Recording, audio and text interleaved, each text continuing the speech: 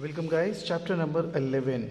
Well, in order to understand this chapter particularly, आपको tariff वाला जो चैप्टर जो पुराने टॉपिक्स में टैरिफ का टॉपिक मैंने कराया हुआ है वो अच्छे से आना ज़रूरी है. आइए शुरू करते हैं. So this chapter is all about international agreements. So what are international trade agreements? When countries seek to reduce trade barriers between themselves, they enter into a trade agreement. आपको पता ही है trade barriers like tariff वगैरह, quotas, तो वो कैसे नुकसान करते हैं. So the WTO is an example of multi trade और मल्टीलेटरल ट्रेड अग्रीमेंट. अब लॉजिक इसका क्या है? So before we begin our analysis of the effects of multilateral trade agreement, let's see the effects of tariffs imposed by large countries under perfect competition. और ये आपको पहले भी आपने किया हुआ है टैरिफ, अब तो आपको काफ़ी सिमिलर दिखेगा. Tariffs for a large country. The tariff shifts up the export supply curve from X star to X star T. As a result, the home price increases from PW to P star T, and the foreign price falls from PW to P star. Or deadweight loss at home is triangle B plus D, and home also has a terms of trade gain of area E. Foreign loses the area E plus F, so the net loss in world welfare is B plus D plus F. That's B, D and this area F. क्योंकि ये मैं trade वाले topics में पहले discuss कर चुका हूँ, तो इसके एक्सप्लेनेशन के लिए आप मेरे ट्रेड वाले वीडियोस देख लें, ट्रेड विद टैरिफ. इसी को क्योंकि जब टैरिफ लगते हैं या जब भी कोई भी तरीके का ट्रेड रिस्ट्रिक्शंस लगता है तो क्या नुकसान होते हैं, उसी को हम पे ऑफ मैट्रिक्स से भी देख रहे हैं.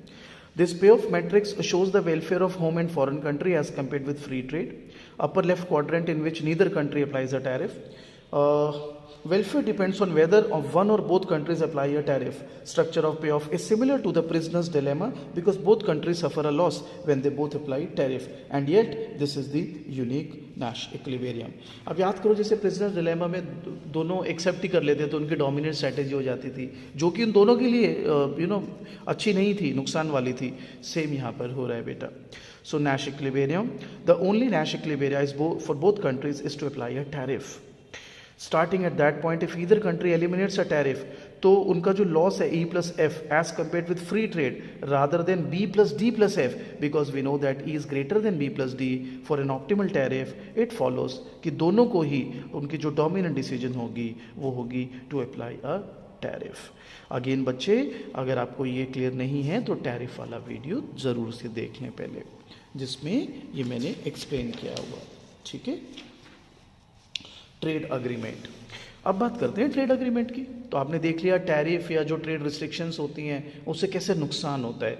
तो अगर आप ट्रेड अग्रीमेंट्स कर लेते हैं तो वो नुकसान कुछ हद तक आप दूर कर सकते हैं. So this bad outcome can be avoided if the countries enter into some kind of trade agreement.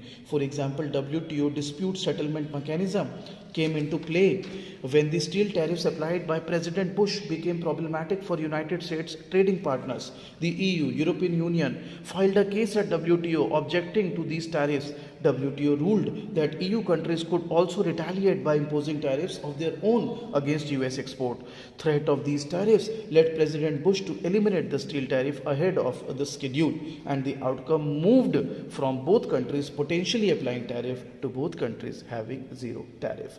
तो बेसिकली टैरिफ के नुकसान तो आप देख ही रहे हो, और अगर दोनों कंट्रीज टैरिफ लगाएंगे, आपने ये भी देख लिया, दोनों की डोमिनेंट स्ट्रैटेजी हो जाती है.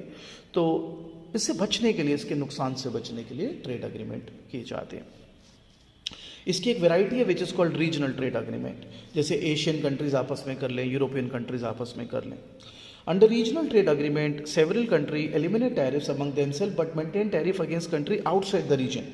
लाइक एशियन कंट्रीज हैं, उन्होंने ग्रुप बना लिया आपस में तो उन्होंने कर लिया एलिमिनेट. लेकिन अगर उनका किसी यूरोपियन कंट्री या ऑस्ट्रेलिया के साथ, न्यूजीलैंड के साथ कोई ट्रेड चल रहा है, उन पे टैरिफ कंटिन्यू रखते हैं.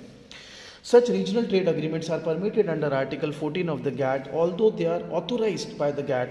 Regional trade agreement contradict the most favored nation principle, which states that every country belonging to WTO or GATT should be treated equally. यहाँ तो नहीं हो रहा ना. अब जैसे ऑस्ट्रेलिया WTO का पार्ट है फॉर एग्जांपल, लेकिन वो एशियन कंट्री का जो ग्रुप है उसका पार्ट नहीं है, तो आपने एशियन कंट्रीज के साथ तो अपने टैरिफ को एलिमिनेट कर दिया, but not with Australia. So the countries included in regional trade agreement are treated better than the countries excluded, जो मैंने अभी आपको बताया. For this reason, regional trade agreements are sometimes called preferential trade agreement to emphasize that the member countries are favored over other countries. अब इसके भी कुछ types हैं रीजनल ट्रेड अग्रीमेंट्स के. Free trade area. A free trade area is a group of countries agreeing to eliminate tariff and other barriers among themselves but keeping whatever tariff they former had with rest of the world. तो अभी जो हमने explain किया कुछ कुछ वैसा ही. Custom unions. A custom union is similar to a free trade area except that in addition to eliminating tariff among countries in the union, the countries within the custom union also agree to a common schedule of tariff with each country outside the union. अब इसमें आपस वाला तो वही रहा हिसाब किताब, लेकिन जैसे ऑस्ट्रेलिया है जो उस ग्रुप का पार्ट नहीं है, तो इस ग्रुप की जितनी भी कंट्रीज़ हैं वो ऑस्ट्रेलिया के साथ सेम टैरिफ रखने को भी राज़ी हो जाएंगी. इसका फ़ायदा कभी कभी होता है कि सपोज उस ग्रुप में काफ़ी कंट्रीज़ का ऑस्ट्रेलिया के साथ ट्रेड है एक पर्टिकुलर प्रोडक्ट पर, तो जिस जो कंट्री जिसको ज़्यादा फेवरेबल मिल जाएगा हिसाब किताब, वो ज़्यादा ऑस्ट्रेलिया से ट्रेड कर पाएगा. तो in order to eliminate that bias और दैट फेवरेबल थिंग्स, ये कस्टम यूनियन का कॉन्सेप्ट आता है कि सभी कंट्रीज़ को जो ग्रुप से बाहर कंट्रीज़ हैं उनके साथ भी एक जैसा ही टैरिफ मिले या वो रखें. Rules of origin. The fact that countries in a free trade area do not have common tariff for outside country as do countries within custom union leads to an obvious problem with free trade areas.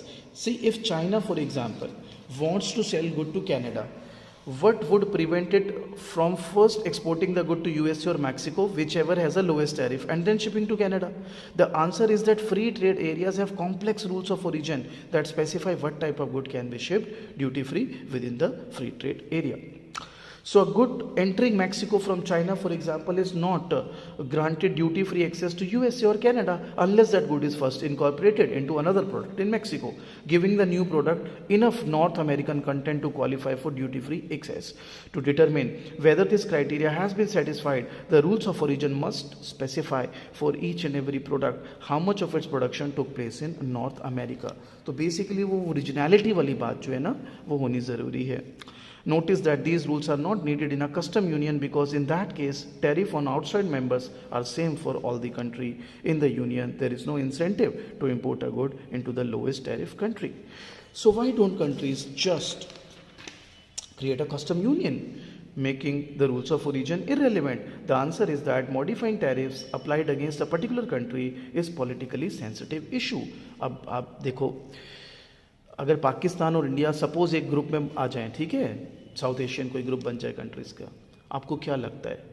China suppose उस group का part ना हो, suppose, आपको क्या लगता है India और Pakistan same rules के साथ चाइना के साथ ट्रेड करेंगे? नेवर. पाकिस्तान तो गोदी में बैठते हैं चाइना के, वो तो फेवरेबल ट्रीटमेंट लेगा. तो ये परेशानी है, political issue in that sense.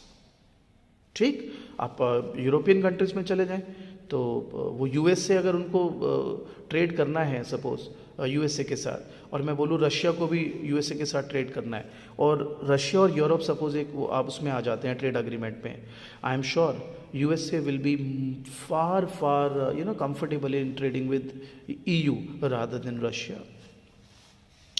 तो आइए अगला टॉपिक चलते हैं, trade creating and trade diversion.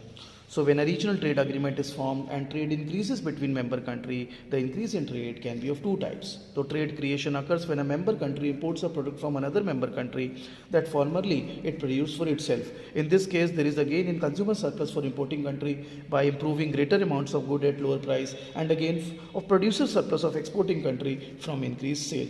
Basically, advantage हो रही है दोनों को. The second version is trade diversion, which occurs when a member country import a product from another member country that is formerly imported from a country outside of the new trade region. तो पहले आप Australia से मंगा रहे थे, अब आप बांग्लादेश से मंगाने लगे. So trade diversion को ग्राफ के थ्रू सीखते. With Mexico and Asia facing the same tariff as tea for sales into the USA, the equilibrium is at point A. With quantity Q2, ध्यान से समझना, क्वांटिटी Q2 कैसे वो बताता हूँ, exported by Mexico and remainder exported by Asia. तो Q2 Mexico दे रहा है और ये जो टोटल Q1 का अब जो डिफरेंस है ये एशिया दे रहा है. Now US tariff revenue is the area ABC+D, क्योंकि यहाँ तक की क्वांटिटी है ना बेटा, तो इतना उनको टैरिफ का रेवेन्यू मिल रहा है. Eliminating the tariff with Mexico leads to an expansion of Mexico exports to Q3, क्योंकि उनका फिर वो राइटवर्ड शिफ्ट हो जाएगा और ये यहाँ तक आ जाएंगे। तो आप देखो ये अब ज़्यादा सप्लाई करने लगे। US loses the tariff revenue A+B+C, क्योंकि अब तो सिर्फ एशिया से मिलेगा USA को, विच इज D। सो हमने नेट बता दिया, कंबाइंड इफेक्ट क्या रहा, मैक्सिको को फ़ायदा हुआ, USA को नुकसान हुआ, तो टोटल नुकसान हो गया है -C बेसिकली, क्योंकि जो प्रोड्यूसर गेन है वो A+B था, लेकिन टोटल लॉस जो रेवेन्यू का गवर्नमेंट को रहा है USA की वो है A+B+C। कहते हैं not all trade diversion create a loss. तो आप you must be wondering sir ये किस लिए है, तो ये अब आ रहा है। Loss due to a regional trade in the previous example is not a necessary result. There could be a gain to importing country too. For example, in figure after joining NAFTA, we group a bit.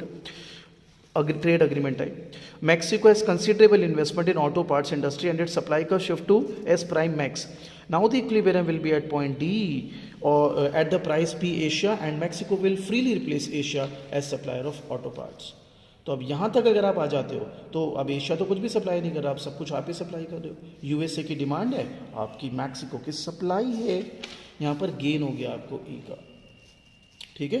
Welfare, international agreements on labour issues, कहते हैं labour standards they refer to all issues that directly affect workers including occupational health, safety, child labour, minimum wage and so on. Labor side agreement under NAFTA. The labor side agreement under NAFTA does not change the existing labor laws in these countries, but it's meant to improve the enforcement of such laws. Critics of the NALC, that is North America Agreement on Labor Cooperation Agreement, have argued that the procedures for resolving disputes are slow and include major exceptions that rendered them ineffective. Other labour agreement, consumer की responsibility, अरे consumer को कोई फर्क ना पड़ता। How much do the consumer value the idea that the clothing they purchase is made under condition that do not exploit foreign workers? I don't think so, you'll be shocked. Consumers have a downward sloping demand curve for labor standard that in many people are willing to pay at least a small amount to ensure good labor standard. तो आप चलो दूर क्यों जाते हो, otherwise मत लेना, पर सब ज़्यादातर लोग, आप अगर किसी मॉल से शॉपिंग करते हो या किसी भी कन्वीनियंस स्टोर से शॉपिंग करते हो, जब आप बिल दे रहे होते हो तो साथ में एक वो उनका एक पिगी बैंक गुल्लक टाइप पड़ा होता है, जिसमें बोला होता है इतने रुपये आप डोनेट कर दो बच्चों के लिए, बुज़ुर्गों के लिए, अंडर प्रिविलेज के लिए। भाई कितने टाइम करा है आपने? सर मैंने तो करा है, तो भाई हर बार करा है क्या? नहीं, हर बार तो नहीं करा। और कितने लोग हैं जिन्होंने एक बारी भी नहीं किया? अरे हु वैल्यूज इट, बस गुड सस्ता मिलना चाहिए। अब इंडिया में अभी चाइना के साथ डिस्प्यूट था, लोग कितना कह रहे हैं चाइनीज़ गुड ये, चाइनीज़ गुड वो, हम तो नहीं लेंगे। अगर चाइनीज़ गुड इंडियन गुड से सस्ता मिल रहा है और क्वालिटी बेटर दे रहा है, तो फिर तो आदमी चाइनीज़ गुड भी लेगा। समझ रहे हो मेरी बात? तो वो कहते हैं ना, पैसा खुदा नहीं है, लेकिन खुदा की कसम खुदा से कम भी नहीं है। Corporate responsibility, because of the pressure from consumer and unions, corporation have started to monitor and improve the condition in their overseas plants and plants of their overseas subcontractors. Country की भी रिस्पॉन्सिबिलिटी हो गई है। After disasters like the burn and collapsed factories in Bangladesh and Pakistan happen, what additional steps can be taken beyond the improve monitoring? तो वहाँ पे तो ऐसा हाल हुआ था, आग लगी थी, सैकड़ों लोग मरे, और जो फायर नॉर्म्स होते हैं वो इतने ख़राब थे कि जो लोग अंदर स्टक हो गए थे, दरवाजे लॉक थे, वो बाहर ही नहीं आ पा रहे थे, अंदर ही जल गए वो सारे। तो इट वॉज हॉरेंडस। तो फिर ये जो इंटरनेशनल लेबर लॉज हैं ये थोड़ा सा हरकत में आ। Living wage. It is fair to expect foreign firms to pay a living wage to their workers that is a wage above the norm in the developing country. Wages should be high as the market will allow and not any higher. Raising wages above their equilibrium level will very likely lead to unemployment. These types of concerns lead many economists and policymakers to reject calls for a living wage, but that does not mean we should not look at the other labor standard. तो जैसे बीच में एक idea आया कि आप जो normal equilibrium wage rate है उस देश को उससे ज़्यादा पैसे दे दो, लेकिन उसमें क्या होने लगा कि अब जो फर्म्स हैं, ऑब्वियसली अगर आपकी वर्थ 10 रुपया और उनको बोला जाए आप इनको 12 रुपये दो, तो ऑब्वियसली वो तो फिर बहुत लिमिटेड लोगों को एम्प्लॉय करेंगे, तो फिर उससे अनएम्प्लॉयमेंट क्रिएट हो गई थी। एक्सटर्नैलिटीज़ एंड ट्रेड, बेटा पब्लिक इकोनॉमिक्स में आप ये कर चुके हैं, तो वैसा ही है basically. An externality occurs when one person production or consumption of a good affects another person. Externalities can be positive or negative. Either ways it leads to market failure. When we introduce international trade, we focus on understanding how trade interacts with externality. यहाँ पे negative externality है, social marginal cost, यहाँ positive.